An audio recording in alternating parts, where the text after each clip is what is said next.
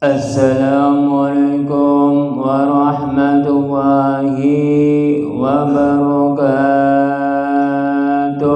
Waalaikumsalam warahmatullahi wabarakatuh.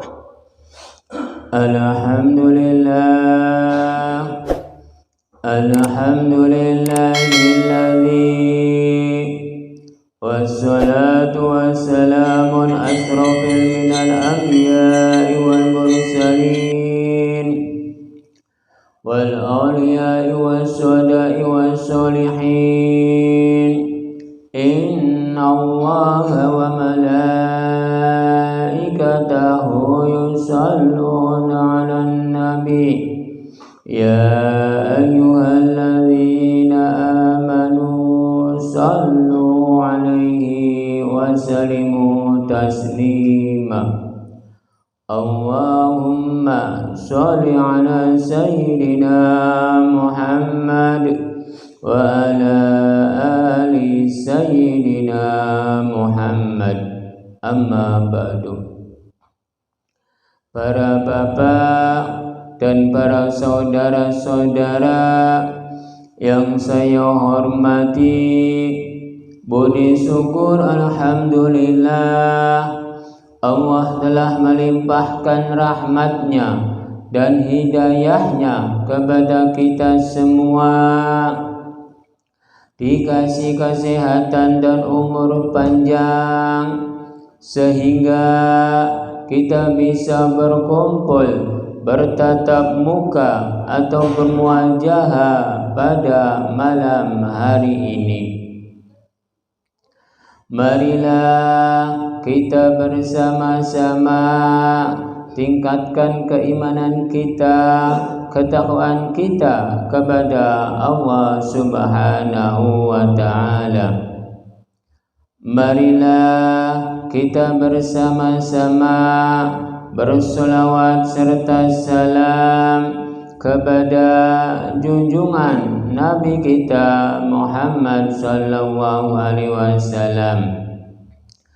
Marilah kita bersama-sama belajar pengaosan pada malam hari ini. Minggu yang lalu udah nyampai ke ayat 11. Udah terlanjutkan, udah selesai di dalam surat Al-Qari'ah. Sekarang dilanjutkan ke surat Al-Diyat.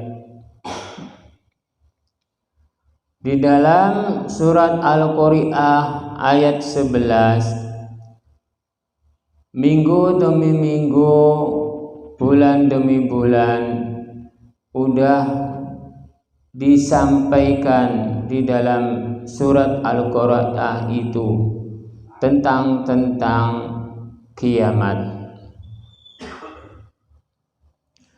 Dan sekarang menceritakan tentang kuda perang di dalam surat Al-Adiyat. Sekarang kita lanjutkan ke ayat yang pertama, karena minggu yang terdahulu di dalam surat Al-Qari'ah sampai selesai.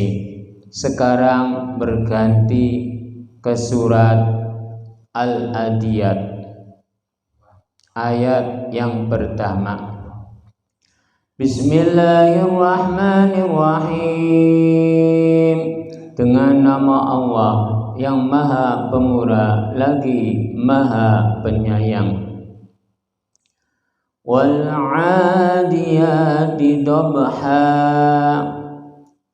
yang artinya demi kuda perang yang lari kencang tersengah-engah. Maksudnya di dalam ayat ini menerangkan tentang demi kuda perang yang larinya kencang tersengah-sengah. Jadi terengah-engah ini maksudnya adalah hawa nafsu. Seluruh umat manusia bila memiliki nafsu-nafsu yang tinggi, memiliki nafsu-nafsu yang kencang, entar ing dirinya tersengah-sengah, yaitu tidak teratur mengatur penapasan-penapasannya, karena ing dirinya diliputi hawa nafsu yang kencang. Karena di dalam hawa nafsu yang kencang itu seperti kuda perang yang larinya kencang, tersengah-sengah. Jadi terengah-engah ini maksudnya hawa nafsu ing diri umat manusia itu. Karena ing diri umat manusia itu, di dalam lingkungan umat manusia itu memiliki hawa nafsu semua. Tentang apapun umat manusia itu memiliki hawa nafsu. Karena di dalam wawa jabarwa maknanya lingkungan, semua umat manusia itu di dalam lingkungan itu memiliki hawa nafsu. Karena umat manusia itu harus memiliki lam jabarlah Gusti Allah gawe dalan. Umat manusia itu harus memiliki dalan untuk mengeluarkan nafsu-nafsu itu. Karena umat manusia itu memiliki dalan semua, memiliki nafsu semua. Jadi umat manusia itu harus menjaganya tentang nafsu dan jalannya. Karena nafsu-nafsu umat manusia itu adanya di dalam lubang-lubang yang terdiri dari umat manusia itu. Karena umat manusia itu bisa mulia karena lubang, bisa tidak mulia karena lubang. Jadi umat manusia itu harus menjaganya tentang nafsunya, tentang jalannya, tentang lubangnya. Bila umat manusia itu bisa menjaga di dalam lubang-lubang kehidupan umat manusia itu, endar umat manusia itu bisa menjadi mulia. Mulia ing perjalanannya, mulia imannya, mulia hatinya, mulia pikirannya. Karena umat manusia itu di dalam lubang-lubang itu, keluarnya itu semuanya tidak baik semua. Karena di dalam yang lubang-lubang itu di diri umat manusia itu namanya itu keluarnya kurang enak semua, kurang bagus semua. Karena di diri umat manusia itu ada 9 lubang yang diketahuinya. Karena di dalam tubuh umat manusia itu bila keluar lubang yang dari irung atau cungur, itu keluarnya pasti kurang baik namanya. Para jamaah, bila umat manusia mengeluarkan dari irung atau cungur kalau bahasa Cirebonnya, itu keluarnya itu namanya itu apa para jamaah?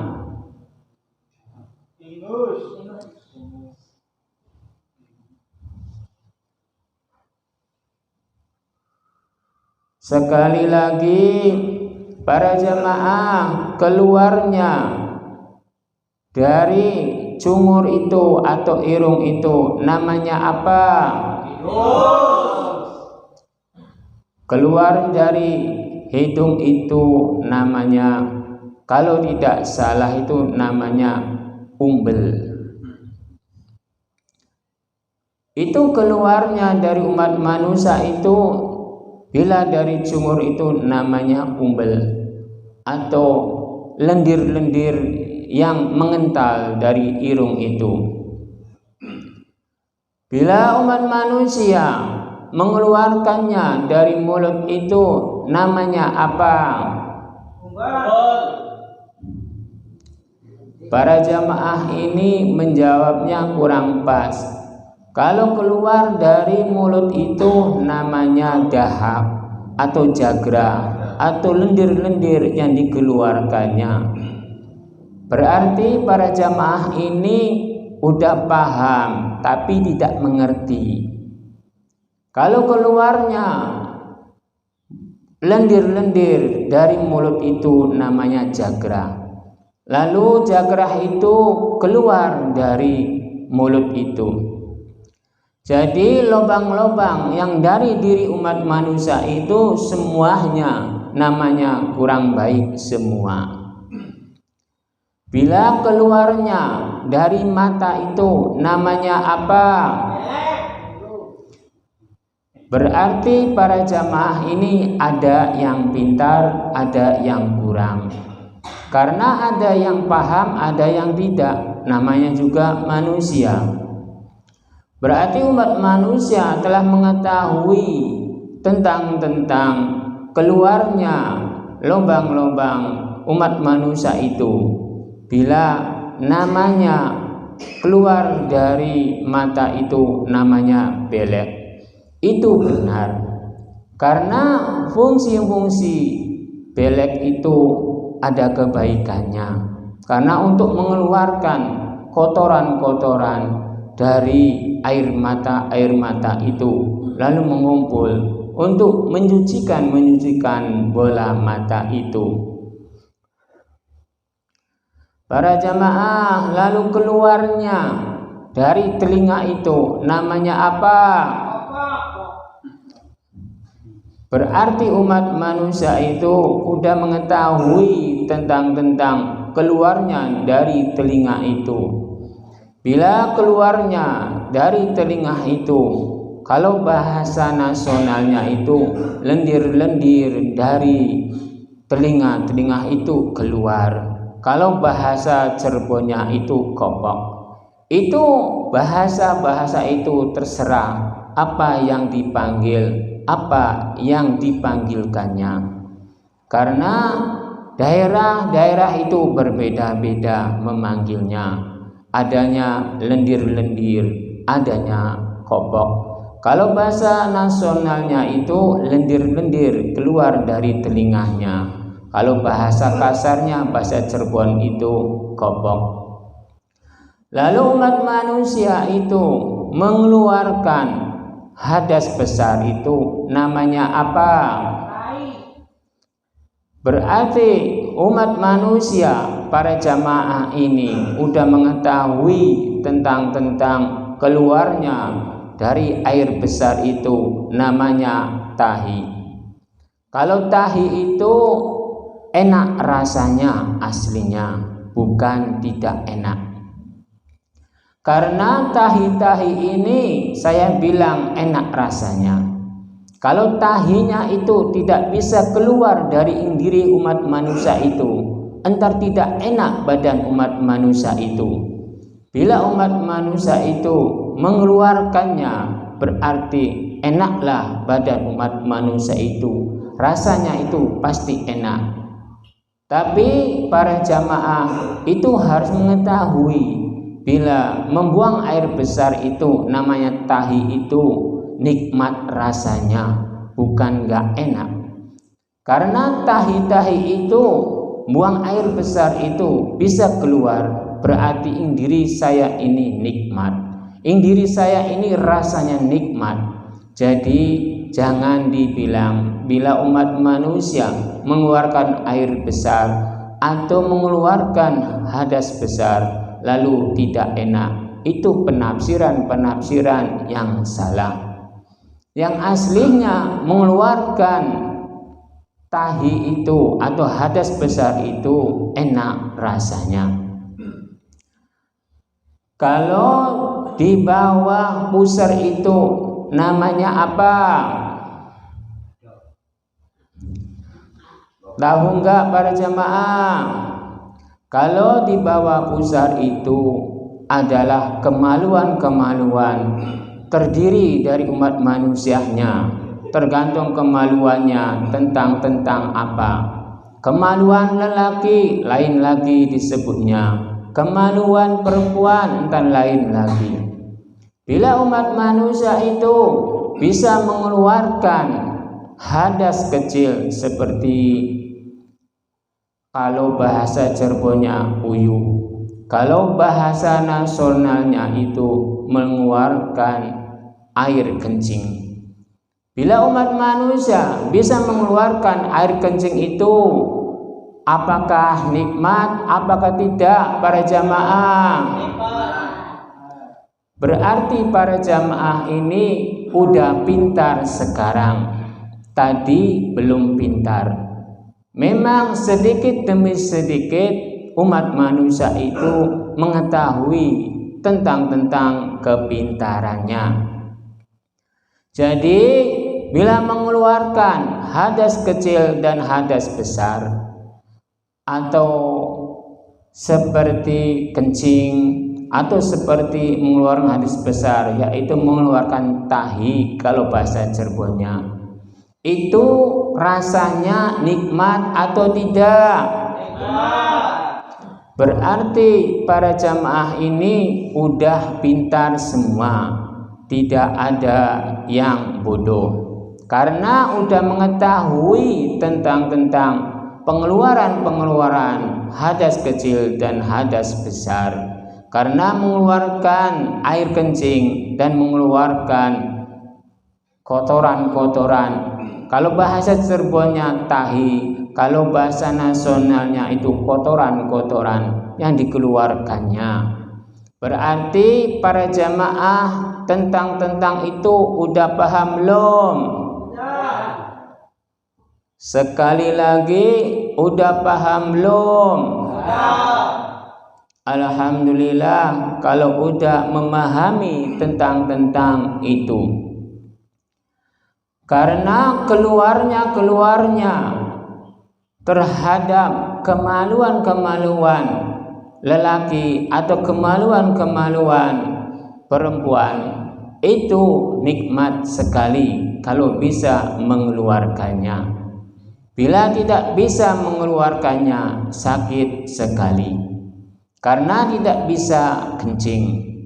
Kalau orang yang tidak bisa kencing itu pasti sakit. Bila umat manusia bisa menjaganya tentang lubang-lubang itu terhadap dirinya, berarti umat manusia itu berarti menjadi mulia karena bisa menjaga lubang-lubang itu. Karena lubang-lubang itu bisa menjadi mulia, bisa tidak menjadi mulia. Karena kemuliaan umat manusia itu adanya di lubang-lubang itu. Kalau lelaki itu dipastikan memiliki kemaluan. Lalu perempuan dipastikan memiliki kemaluan. Jadi umat manusia itu memiliki kemaluan semua. Bila umat manusia itu bersatu, hendak umat manusia itu menjadi mulia. Karena kemuliaan itu adanya di lubang-lubang. Karena Sang Pencipta atau Gusti Allah itu memiliki tentang turunan dari Nabi Adam alaihi salam.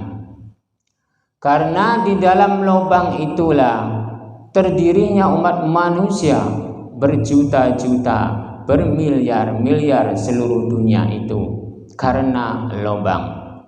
Karena lubang-lubang itu disatukan dengan kemaluan lelaki dan kemaluan perempuan. Kalau udah dikeluarkan itu rasanya nikmat sekali. Karena kenikmatan itu semuanya adanya ing rasa. Ing rasa itu adanya ing diri umat manusia yang diberikan oleh Sang Pencipta. Jadi umat manusia itu harus berterima kasih atas pemberian rasa-rasa itu. Karena rasa-rasa itu yang dimiliki oleh Sang Pencipta lalu diberikan untuk umat manusia, karena umat manusia itu harus memiliki rasa. Karena Sang Pencipta memiliki rasa, karena Sang Pencipta itu ada rasanya, tapi bentuk wujudnya itu tidak ada. Karena di dalam alif jari'i ing badane Gusti Allah tidak berbentuk, tidak berwujud, tapi nama, tidak berwarna. Sang Pencipta itu tidak ada warnanya, tidak ada wujudnya dimanapun. Bila ada orang yang menyatakan bahwa Sang Pencipta itu ada wujudnya, berarti umat manusia itu penafsirannya kurang pas dan kurang benar. Karena Sang Pencipta itu adanya di gaib. Kalau gaib itu tidak ada yang tahu. Karena Sang Pencipta itu semuanya adanya di gaib. Karena di dalam kitab Nurjati, di dalam kitab Pancarweb Sejati Nurib, di dalam kitab Insan Hamil menyatakan bahwa Sang Pencipta itu adalah gaib, tidak bisa terlihat oleh siapapun, oleh makhluk apapun. Karena di dalam Ain Jabar A 1 alif ing perjalanan ing saking Gustine. Ing perjalanan ing saking Gustine itu adanya di dalam dat ati ing diri umat manusia.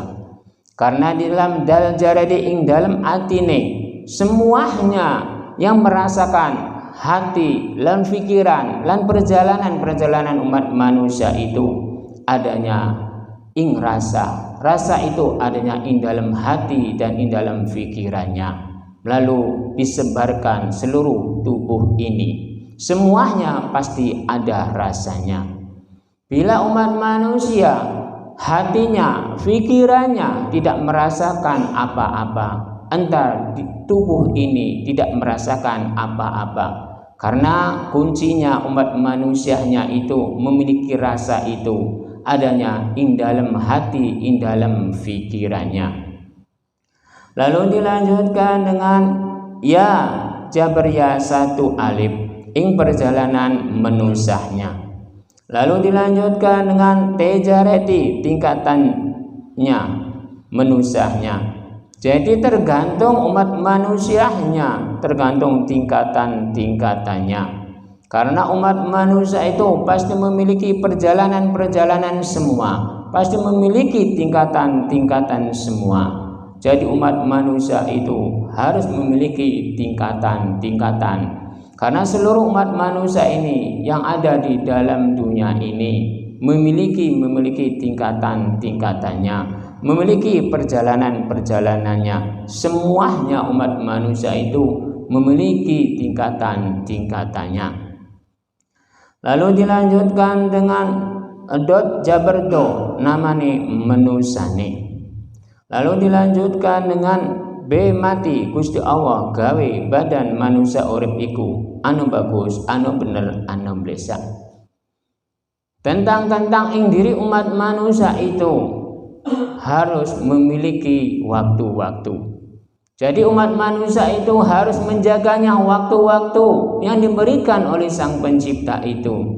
Jangan disia-siakan. Waktunya pengajian dijalankan. Waktunya kerja dijalankan, waktunya ibadah dijalankan, waktunya istirahat itu dijalankan. Umat manusia itu harus menjaganya waktu demi waktu. Jadi saya berpesan terhadap seluruh para jamaah itu harus menjaga waktu. Karena menjaga waktu itu yang utama. Karena hidup karena waktu. Karena sehat karena waktu. Karena umat manusia itu memiliki sehat, memiliki sakit itu karena waktu. Umat manusia itu memiliki hidup dan mati itu karena waktu.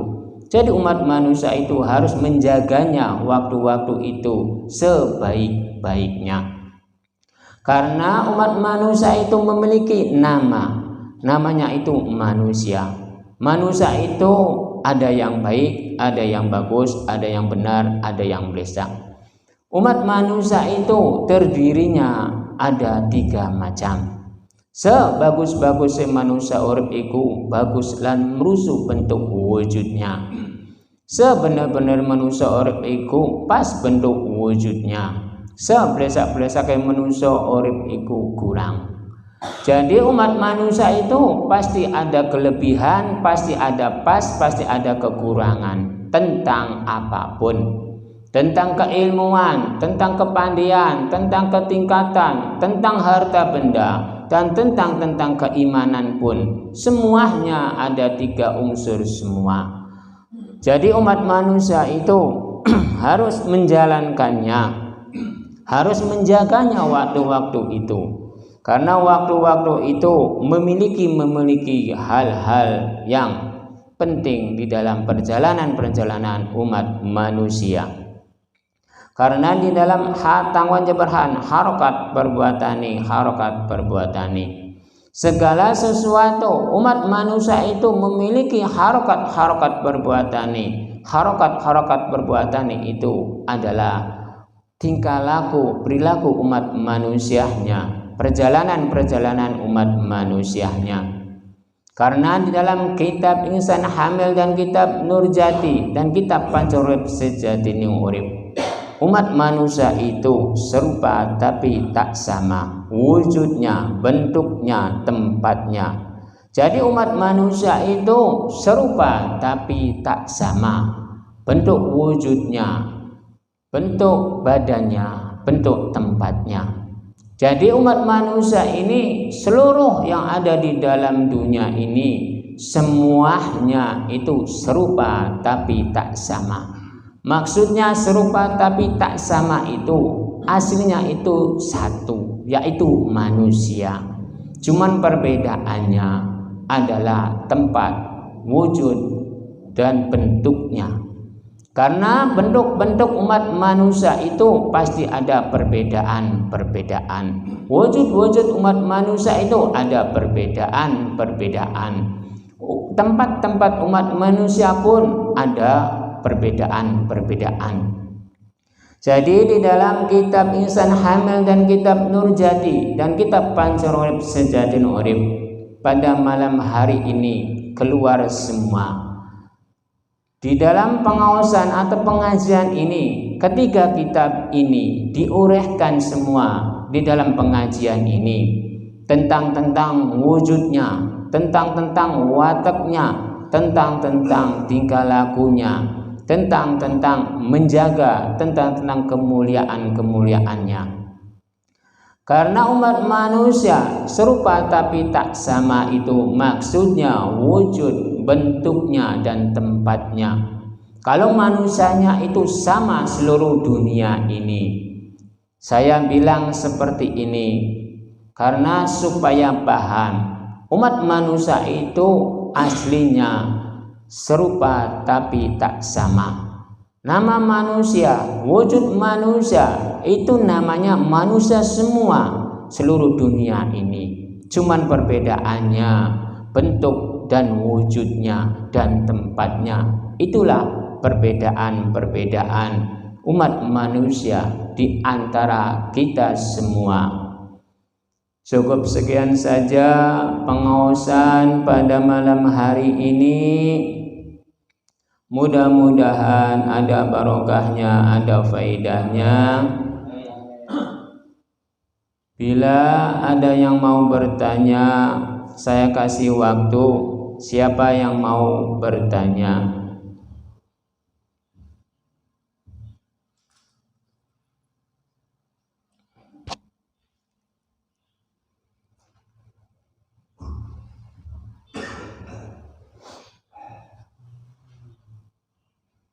Assalamualaikum warahmatullahi wabarakatuh. Waalaikumsalam warahmatullahi wabarakatuh. Saya ingin bertanya Pak Ustaz, apakah nafsu bisa diredamkan bila dibilas dengan air wudhu? Mohon penjelasannya. Ya, saya jawab. Nafsu-nafsu itu tidak bisa disucikan, tidak bisa diredam oleh air wudhu itu. Nafsu-nafsu itu bisanya dikendalikan oleh indirinya. Karena yang bisa mengendalikannya itu indirinya nafsu itu, bukan air wudhu. Kalau air wudhu itu hanya sekedar mencucikan muka, tidak bisa mengendalikan hati, tidak bisa mengendalikan pikiran. Yang bisa mengendalikan nafsu itu hati dan pikiran indiri umat manusianya itu sendiri. Jadi saya mempertegaskan air wudhu itu tidak bisa membersihkan hati nurani kita ini, tidak bisa meredam hawa nafsu ini air wudhu itu. Yang bisa meredam itu, yang bisa mengendalikan itu adalah hati dan pikiran indiri kita ini. Yang bisa meredam itu indiri kita ini, bukan air wudhu. Itu saja yang saya jawab.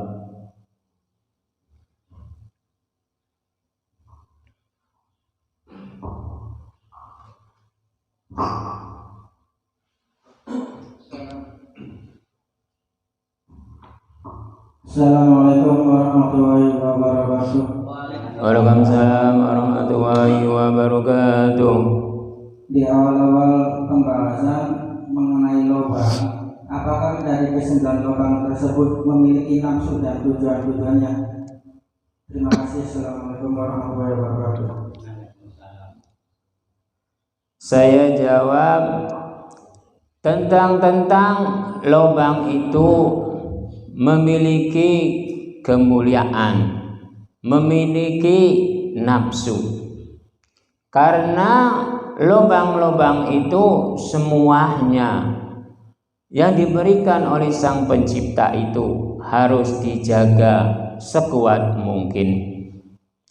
Bila umat manusia itu ingin mulia, itu harus dijaganya lubang-lubang itu. Bila umat manusia tidak bisa menjaga lubang-lubang itu, entar umat manusia itu tidak mulia.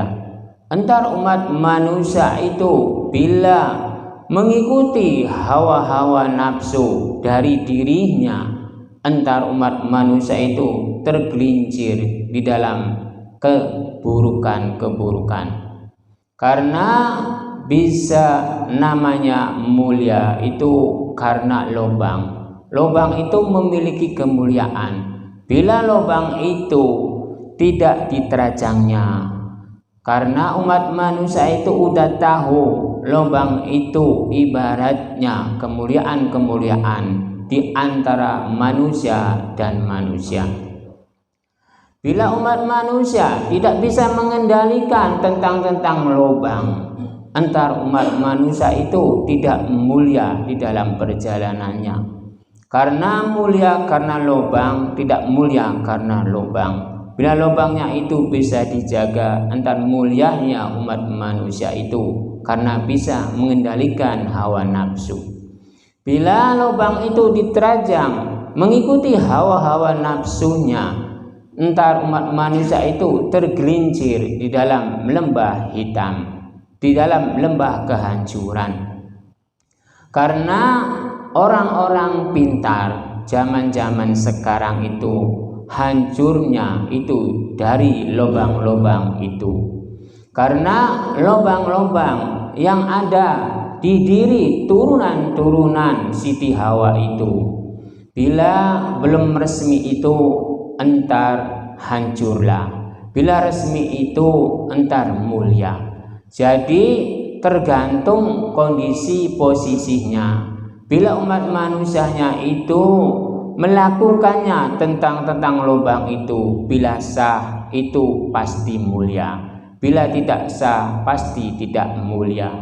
Jadi penjelasan dari saya, bila umat manusia itu bisa mengendalikan hawa nafsu tentang lubang itu, antar umat manusianya itu baik, bagus, benar, mulia perjalanannya, karena bisa mengendalikan hawa nafsu tentang lubang.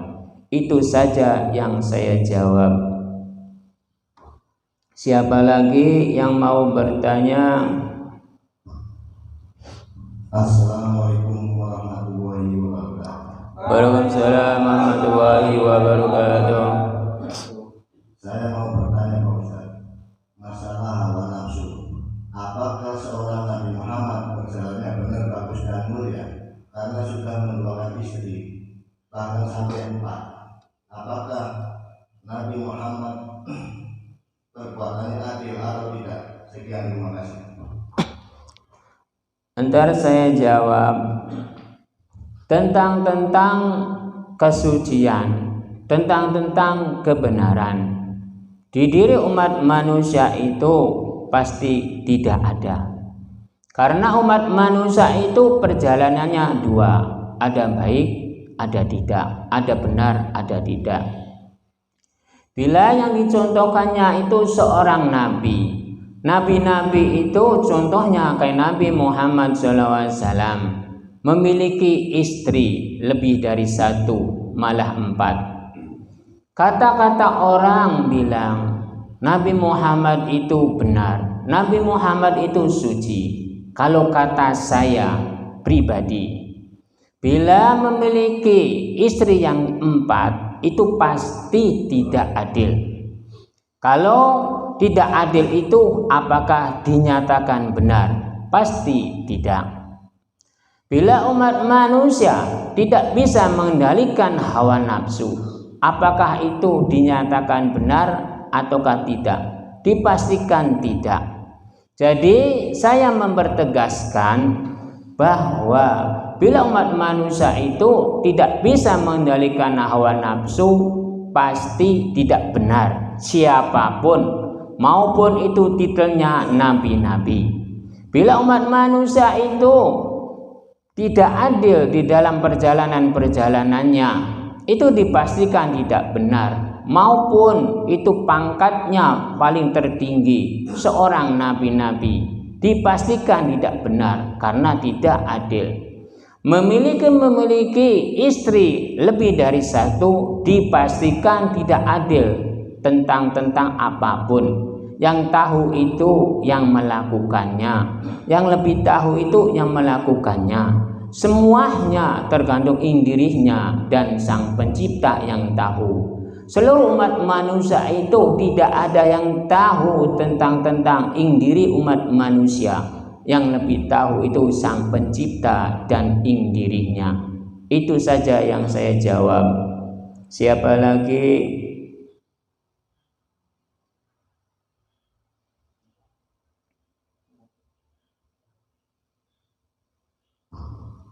Assalamualaikum warahmatullahi wabarakatuh. Waalaikumsalam warahmatullahi wabarakatuh. Pak Ustaz, saya ingin bertanya, apa benar riba itu serezekinya, dan apa benar riba itu dilarang oleh Allah SAW? Ya, itu aja pertanyaan saya. Ya, saya jawab. Kalau tentang riba itu bermacam-macam ragam. Ada riba yang baik, ada riba yang tidak baik. Karena segala sesuatu tergantung rezekinya serat atau tidak, itu harus menggunakan akal, jangan menggunakan akal-akalan.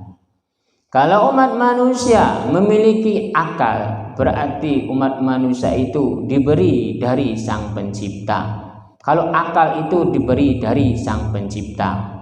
Kalau akal-akalan itu diberi oleh umat manusia. Jadi tergantung dirinya saja penafsiran tentang riba. Riba itu ada yang mulia, ada yang tidak. Karena tentang riba itu harus difikirkan terlebih dahulu sebelum mengambil tentang kemampuannya. Orang yang memberi bantuan itu dipastikan mulia semua. Cuman umat manusianya itu harus berpikir tentang itu. Kalau dinyatakan riba itu serat rezekinya atau susah rezekinya, bila mengambil uang riba. Itu tergantung pengolahan umat manusianya.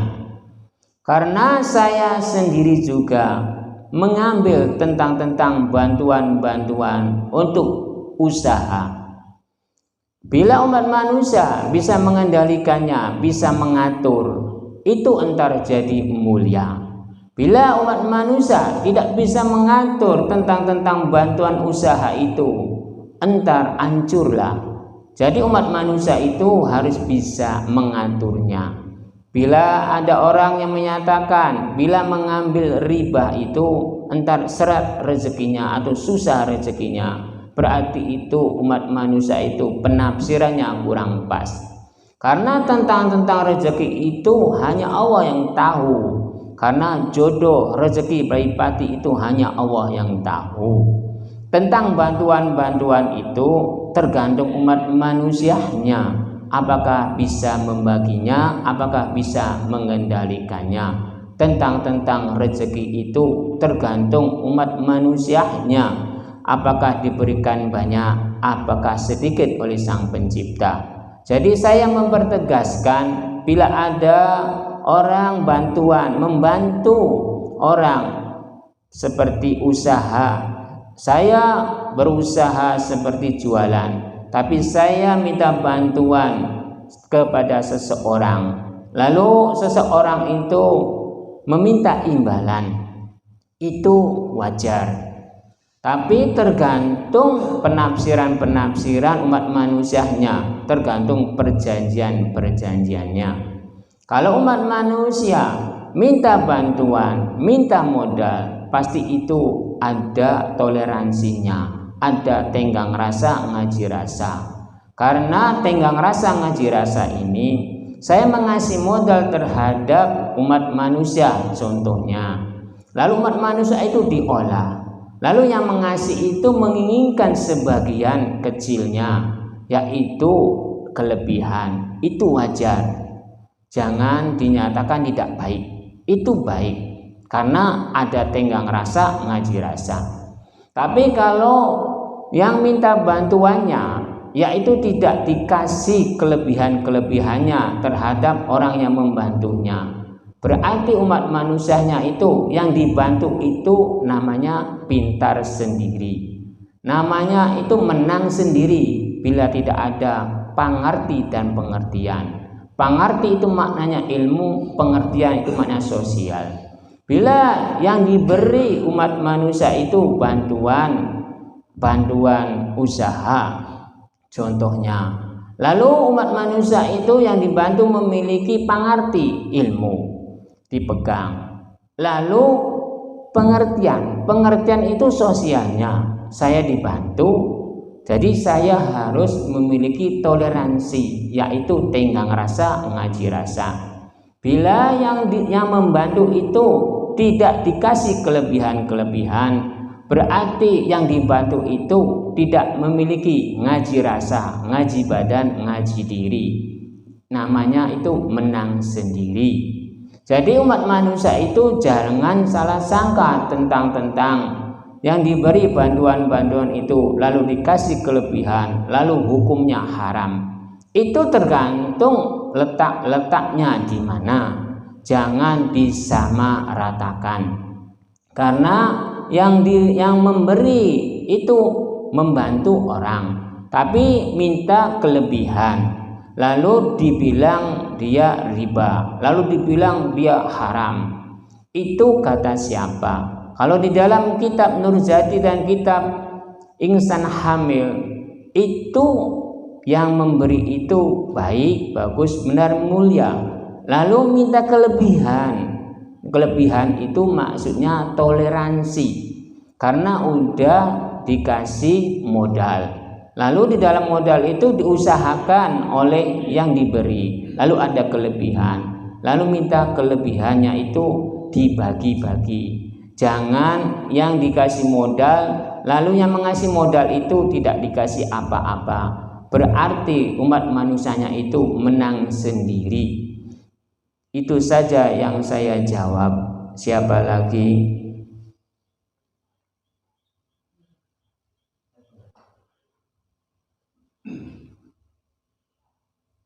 Assalamualaikum warahmatullahi wabarakatuh. Waalaikumsalam warahmatullahi wabarakatuh. Tentang waktu-waktu, bisakah diprediksi perjalanan umat manusia di dalam pengembangan tujuan-tujuan manusianya? Sewaktu-waktu,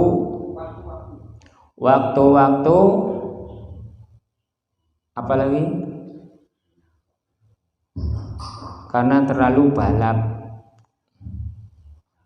Tentang waktu-waktu, bisakah diprediksi perjalanan Umat manusia di dalam pengembangan tujuan-tujuan umat manusianya? Waktu-waktu itu diprediksi perjalanan umat manusianya. Itu tergantung, semuanya dipasrahkan oleh Sang Pencipta saja. Kalau umat manusia itu tidak bisa memiliki waktu-waktu itu, umat manusia itu tidak bisa memprediksi itu, cuman bisanya yaitu dibayangkan atau kira-kira. Kalau kira-kira itu kadang pas, kadang tidak. Kalau diprediksi itu dipastikan. Diprediksi membuat ini, itu pasti. Kalau dikira-kira itu belum tepat. Karena yang memiliki waktu-waktu itu adalah Sang Pencipta. Yang memiliki perjalanan-perjalanan itu adalah Sang Pencipta. Karena perjalanan-perjalanan umat manusia itu udah tahu seluruh umat manusia itu oleh Sang Pencipta perjalanan tentang apa. Kalau prediksi itu berarti udah dipastikan itu. Kalau di kitab saya prediksi itu pasti. Kalau di kitab lain itu tidak tahu. Kalau kira-kira itu tidak pasti. Jadi prediksi dan kira-kira itu berbeda. Kalau prediksi itu meyakini. Kalau prediksi itu entar begini nasibnya, entar begini bentuknya. Berarti kan udah mengucap, meyakini. Berarti itu umat manusia itu salah kalau bisa memprediksi waktu atau perjalanan atau pengembangan. Semuanya dipasarkan saja terhadap Sang Pencipta. Karena memiliki waktu itu Sang Pencipta, yang memiliki perjalanan itu Sang Pencipta, yang memiliki pengembangan itu Sang Pencipta. Jadi pasarkan saja terhadap Sang Pencipta. Umat manusia itu jangan ikut campur tentang seperti itu. Itu saja yang saya jawab. Siapa lagi yang mau bertanya?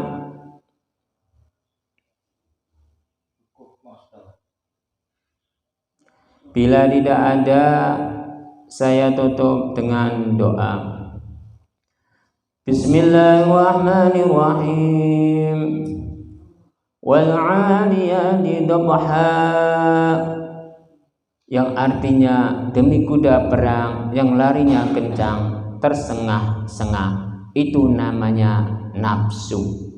Jadi kuda-kuda perang ini aslinya itu hanya gambaran-gambaran.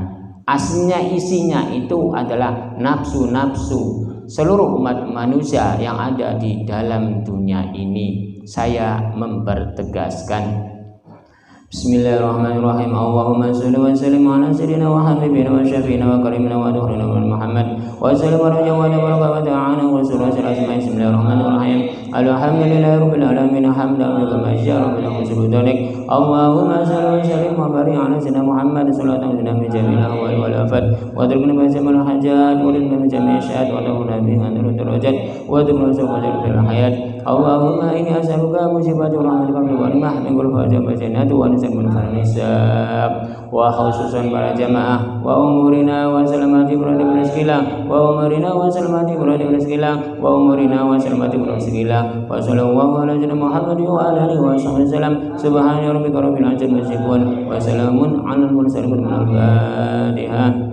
أعوذ بالله من الشيطان الرجيم بسم الله الرحمن الرحيم الحمد لله رب العالمين الرحمن الرحيم مالك يوم الدين إياك نعبد وإياك نستعين اهدنا الصراط المستقيم صراط الذين أنعمت عليهم غير المغضوب عليهم ولا الضالين والسلام عليكم ورحمة الله وبركاته.